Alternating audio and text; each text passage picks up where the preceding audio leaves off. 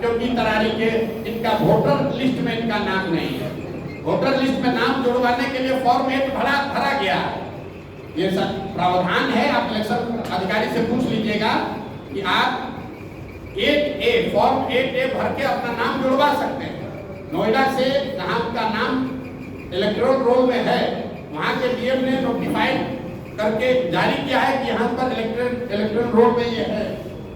General साहब की पत्नी की डेथ हुई है 2020 में।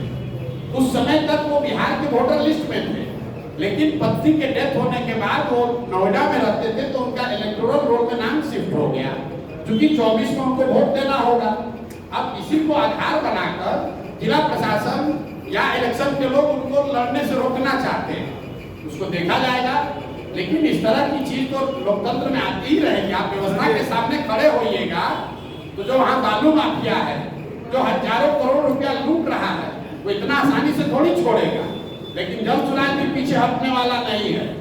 जनरल साहब वहाँ खड़े हैं, प्रशांत किशोर यहाँ नहीं लड़ रहे हैं, लेकिन प्रशांत किशोर का कोई भाई कोई सिपाही लड़ेगा और यहाँ पर राजनीतिक जमींदारी जिन लोगों का है उनका बोरिया बिस्तर समेटेंगे।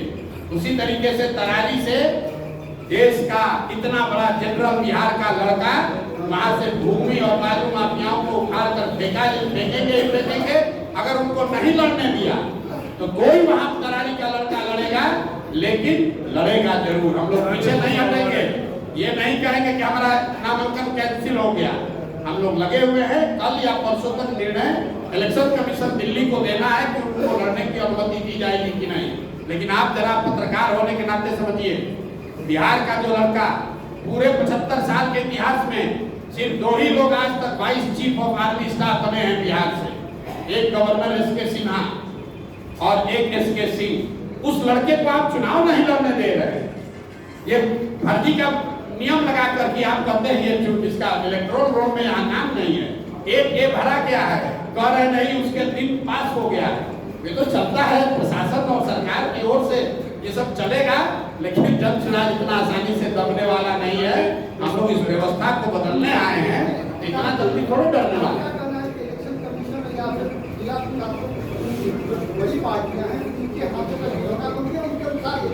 आप बताइए कि जो आदमी 22 चीफ ऑफ आर्मी स्टाफ है, क्या उसके नागरिकता पर शक हो सकता है?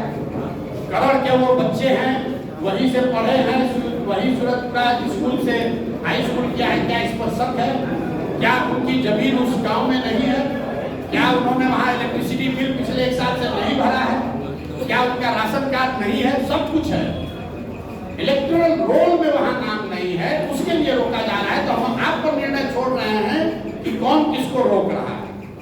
एक सवाल और फॉर्म 8A इस सब के बावजूद यहाँ इलेक्टोरल रोल में ट्रांसफर के लिए नोएडा से डीएम ने उनके इलेक्टोरल रोल के को सर्टिफाई करके भेज दिया।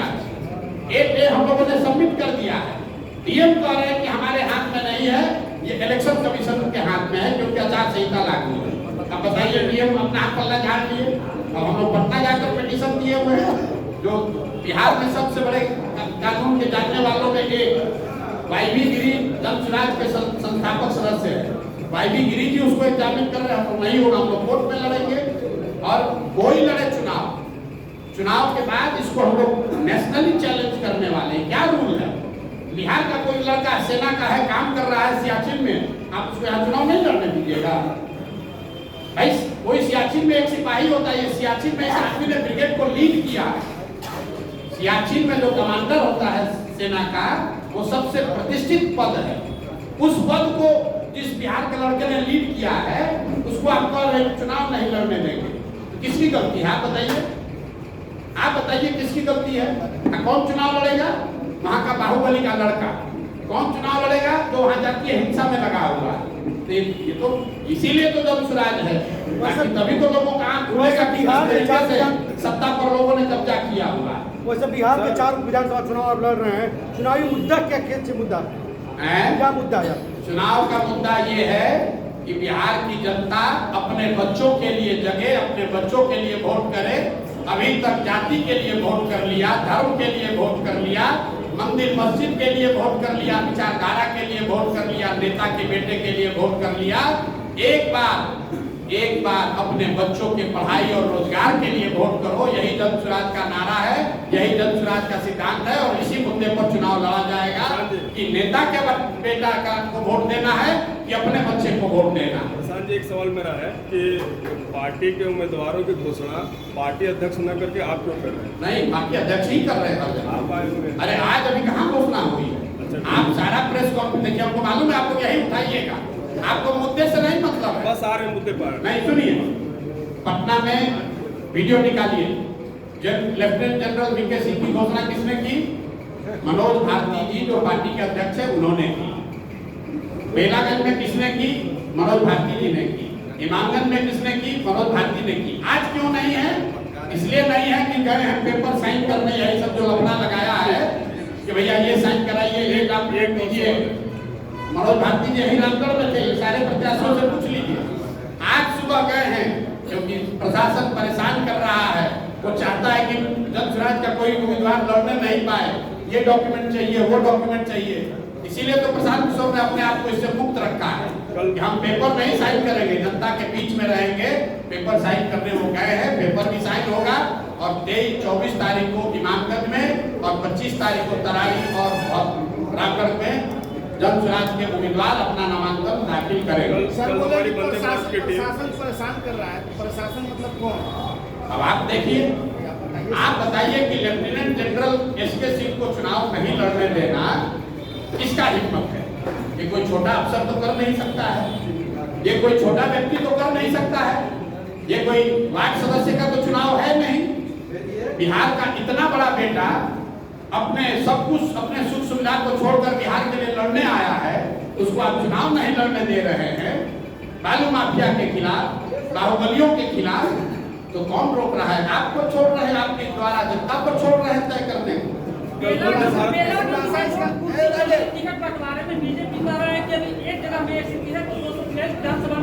अरे देखिए, बीजेपी जैसे दल को, हमको यहाँ बीजेपी का टुटपुटिया नेता क्या कहता है, उसका कोई वैल्यू है? बीजेपी के नेता को पता है किसको टिकट मिलेगा, बीजेपी में टिकट कैसे बढ़ता है, हमसे ज्यादा यहाँ का बीजेपी का आदमी जानता है। बीजेपी को यहाँ कौन जानता है भाई? पिछले विधानसभा में बीजेपी को 19.6% बिहार में वोट आया। वो नीतीश का बैसाखी बन के और नीतीश का बैसाखी लेकर, दोनों लंगड़ा पार्टी देखे वो बैसाखी देके खड़ा है, वो क्या बोलेगा कि कैसे टिकट बढ़ता है? कुर्सी नहीं चला है, लोकतंत्र को जिंदा किया जा रहा है। वो बेलागंज में बीजेपी वाला बन जाएगा। बीजेपी वहां बेलागंज से लड़ पाया आज तक जीवन में? वहाँ जो आरजेडी के बाहुबली नेता है उसके खिलाफ लड़ने के लिए कैंडिडेट आज तक बीजेपी को नहीं मिला। वो हमको बता रहा है कि कुछ ही चल रहा है। आज जहाँ तरारी से लड़ रहा है वो जदयू से निर्दलीय लड़े हुए और जदयू में शामिल एक बाहुबली को अपने टिकट पर लड़ा रहा है और राष्ट्रवाद का बात करता है। कि बीजेपी वाला सब राष्ट्रवाद का बात करने वाला, जरा पूछिए कि सेना के जनरल को नहीं लड़ने दे रहे हैं, जिसने भारत की रक्षा के लिए कुर्बानी दिया है 40 वर्ष, उसको नहीं लड़ने दे रहे हैं। और बीजेपी ने उम्मीदवार बनाया किसको? एक बाहुबली के लड़के को।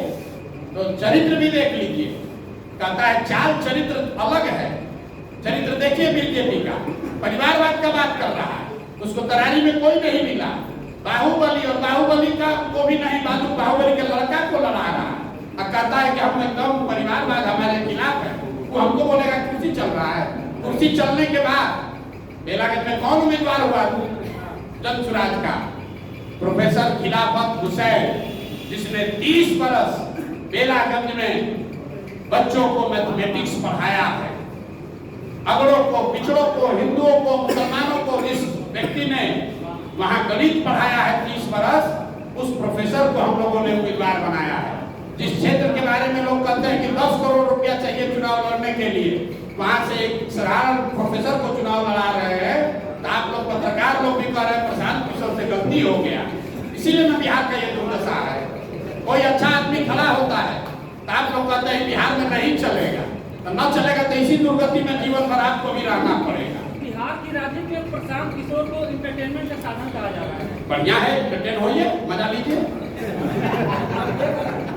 अगर जो लोग ये कह रहे हैं तो उनसे पूछिएगा कि उनके दल के जो आका हैं वो इसी इंटरटेनमेंट के साधन का इस्तेमाल करके इसी बिहार के लड़के से सलाह लेकर वहां पहुंचे हैं, नैया पार नहीं लगने वाली थी।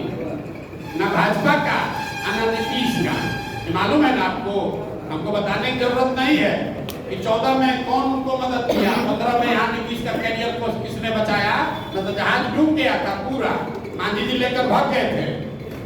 सर, आज नामांकन के दौरान राजद के जो उम्मीदवार है रामगढ़ से, बोले कि सिर्फ प्रशांत किशोर की पार्टी मीडिया में बनी हुई है, मीडिया वाले उनका सपोर्ट कर रहे हैं और कम नहीं है उनका कोई। ठीक बात है, आप लोग सब लोग मीडिया है तो टिप्पणी प्रशांत किशोर को नहीं किए तो मीडिया वाले पर किए। आप लोग को कितना लोग सुनिए, मीडिया पर बने, मीडिया को समझ नहीं है। अगर आप हमारे प्रेस कॉन्फ्रेंस में आए हैं तो कुछ तो सोच के आए होंगे। वो तो यही कह रहे हैं कि मीडिया में बने हुए हैं, क्यों पैसा वैसा दे के सबको खरीद लिया है। ये आपको पता नहीं चल रहा, आपको गाली भी दे रहा है कि पत्रकार लोग को क्या है, तो सब भी किया है, प्रशांत किशोर से पैसा ले लिया। यहाँ बैठे हुए जितने पत्रकार हैं जरा बताइए तो किसी को एक हम समोसा भी खिलाए हैं।